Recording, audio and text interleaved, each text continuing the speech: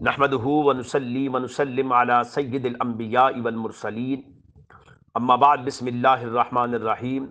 معزز خواتین و حضرات، السلام علیکم ورحمۃ اللہ وبرکاتہ۔ فہم حدیث کی آج 36ویں حدیث آپ کے سامنے پیش کر رہے ہیں۔ سرکار دو عالم صلی اللہ علیہ وآلہ وسلم کا فرمان عظیم ہے، لعن اللہ من لعن والدیہ۔ فرمان عظیم ہے، اللہ لعنت کرے اس شخص پر جو اپنے والدین پر لعنت کرتا ہے۔ اس حدیث کے ذریعے ہمیں والدین کے حقوق اور ان کے ساتھ جو رویہ ہے اس کے متعلق بیان کیا گیا ہے۔ اگرچہ یہ میرا ایسا مضمون ہے کہ اس کے اوپر میں نے کئی اقساط کی شکل میں لیکچر دیے ہوئے ہیں، لیکن چونکہ ہمارا اس سلسلہ جو فہم درس ہے یہ 3 سے 5 منٹ کے دورانیے کے دوران ہوتا ہے، تو اس لیے مختصر انداز میں کوشش کروں گا آپ تک اپنا موقف پیش کروں۔ ایک بچے پر اپنے باپ کے کیا حقوق ہیں؟ سب سے پہلی بات تو یہ ہے کہ والد کے سامنے اف کرنے سے بھی منع کیا گیا ہے۔ دوسری بات کہ والد کے اندر غلطیاں نکالنا، ان کی سوچ میں غلطی نکالنا، یہ سختی کے ساتھ منع کیا گیا ہے۔ پھر والد کے حقوق میں یہ بھی شامل ہے کہ ان کی خدمت کی جائے، ان کا ادب کیا جائے، ان کا احترام کیا جائے، ان کو گالی گلوچ نہ دی جائے۔ ایک اور حدیث اس طرح بھی آتی ہے کہ اگر آپ کسی کے باپ کو کہتے ہیں یا گالی دیتے ہیں تو آپ حقیقت میں کسی کے باپ کو گالی نہیں دیتے، اپنے باپ کو گالی دے رہے ہیں۔ اور اس کا شارٹ اگر جملہ میں لے لوں تو یہ اکثر ایسے واقعات رونما ہوتے ہیں میاں بیوی کے مابین۔ اکثر مرد اپنی بیوی کے والد کو گالیاں نکالتے ہیں، تو وہ یہ یاد رکھیں کہ وہ شوہر، وہ مرد اپنی بیوی کے والد کو گالی نہیں نکال رہے، وہ حقیقت میں خود اپنے باپ کو گالی نکال رہے ہیں، یوں سمجھ لیجئے۔ اسی طرح کوئی عورت اپنے شوہر کے والد کو گالی دیتی ہے تو وہ یہ سمجھ لے کہ وہ اپنے شوہر کے باپ کو گالی نہیں دے رہی، لعن طعن نہیں کر رہی، بلکہ وہ لعن طعن اور گالی اپنے باپ کو دے رہی ہے۔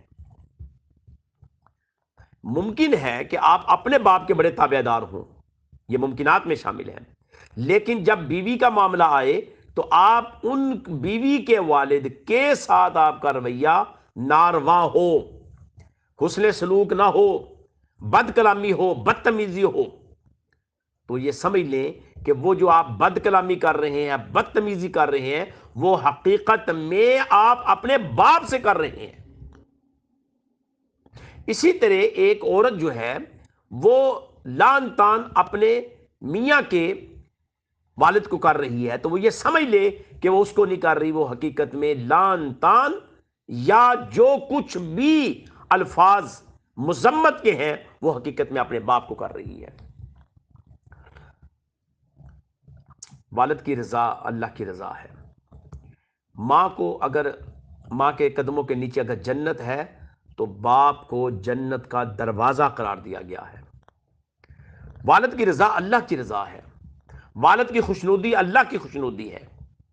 اور ایک اور میں بات بڑی امپورٹنٹ میں بتاتا ہوتا ہوں، اس میں بھی یہاں میں خلاصے کے طور پر بیان کروں گا۔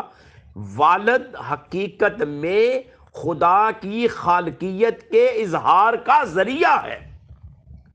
آپ کو خدا نے پیدا کیا ہے، لیکن خدا نے براہ راست آپ کی تخلیق نہیں کی، اس کو ایک مرد کے اندر آپ کا نطفہ رکھا گیا، قطرہ رکھا گیا، اور وہ قطرہ اٹھا کر ماں کے رحم میں رکھا گیا۔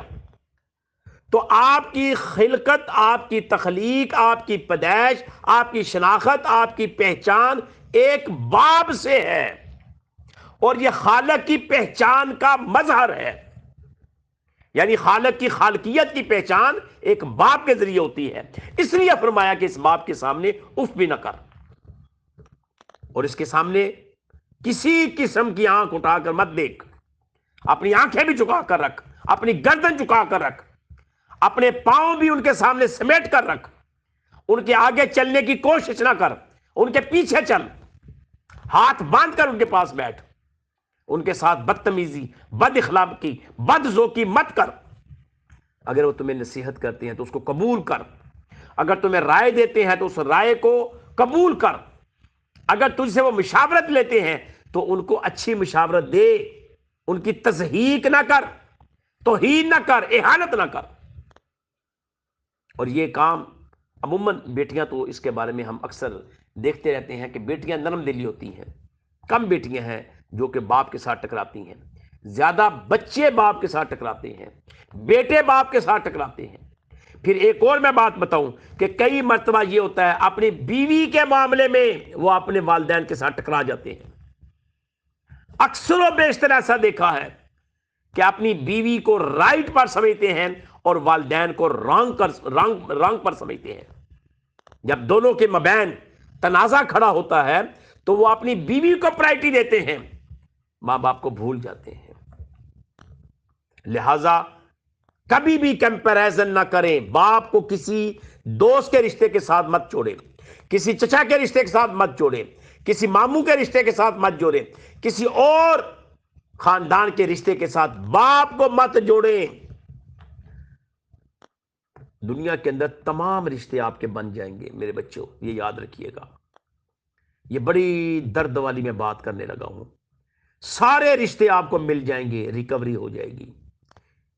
بیوی کو شوہر مل جائے گا، شوہر کو بیوی مل جائے گی، کوئی بھائی بھی آپ کا بن جائے گا اور بڑا وفادار بھائی بن جائے گا، کوئی بہن بھی آپ کی بن جائے گی، بڑی وفادار بہن بن جائے گی، کسی کو آپ چاچو بھی کہہ سکتے ہیں، ماموں بھی کہہ سکتے ہیں، اور شاید وہ آپ کے ساتھ وفا کی انتہا کر دے۔ لیکن اگر باپ آپ کی زندگی سے نکل جائے تو کوئی دوسرا آپ کا باپ نہیں بن سکتا، ماں آپ کی زندگی سے نکل جائے تو کوئی دوسری ماں نہیں بن سکتی۔ یہ یاد رکھیے، یہ اتنے متبرک اور اتنے مقدس رشتے ہیں۔ بار بار میں ذکر کرتا ہوں اپنے حلقہ احباب میں، اپنے انسٹیٹیوشن کے اندر اپنے ممبران کو متوجہ کرنے کے لیے کہ خدا کے لیے اس فتنوں کے دور میں ماں باپ کی عزت کو پائمال مت کرو، ماں باپ کا احترام کی انتہا کر دو، ماں باپ کی خدمت کی انتہا کر دو، ماں باپ کے ساتھ حسن سلوک کی انتہا کر دو، ماں باپ کے سامنے ادب کی انتہا کر دو، ماں باپ سے محبت اور احترام کی انتہا کر دو۔ تمام رشتوں کو سیکنڈ پوزیشن پر لے آؤ، چاہے وہ شوہر کا رشتہ ہی کیوں نہ ہو بیٹیوں کے لیے، اور بیٹے کے لیے چاہے وہ بیوی کا رشتہ کیوں نہ ہو، وہ سب سیکنڈری رشتے ہونے چاہیے۔ آپ کی پرائرٹی جو ہے وہ صرف ایک باپ اور ایک ماں کی ہو۔ اگر آپ ایک اچھے بیٹے بن جائیں گے تو سمجھ لیجئے کل آپ ایک اچھے باپ بھی بن جائیں گے، اور یہ چیز، یہ سرکل پلٹ کر آئے گی۔ آنے والے وقت میں آپ جب باپ بنیں گے تو سمجھ لیجئے کہ جو آپ نے اپنے باپ کے ساتھ حسن سلوک کیا ہوگا، کل جب آپ باپ بنیں گے تو آپ کے ساتھ اس سے بھی اعلیٰ حسن سلوک ہوگا۔ لیکن یہ بھی یاد رکھیے گا کہ اگر آج آپ نے اپنے باپ کے ساتھ زیادتی کی ہوگی، یہ پلٹ کر آپ کی طرف آئے گی۔ آنے والے وقت میں تیار رہیے گا کہ وہ زیادتی آپ کے ساتھ ہر ممکن حد تک ہوگی۔ مت سمجھیے گا کہ ہمارے ساتھ وہ زیادتی نہیں ہوگی، ہر حال میں ہوگی۔ ہم نے یہ مکافات عمل دیکھا ہوا ہے، اپنے ایکسپیرینس کی روح سے ہم کہہ رہے ہیں۔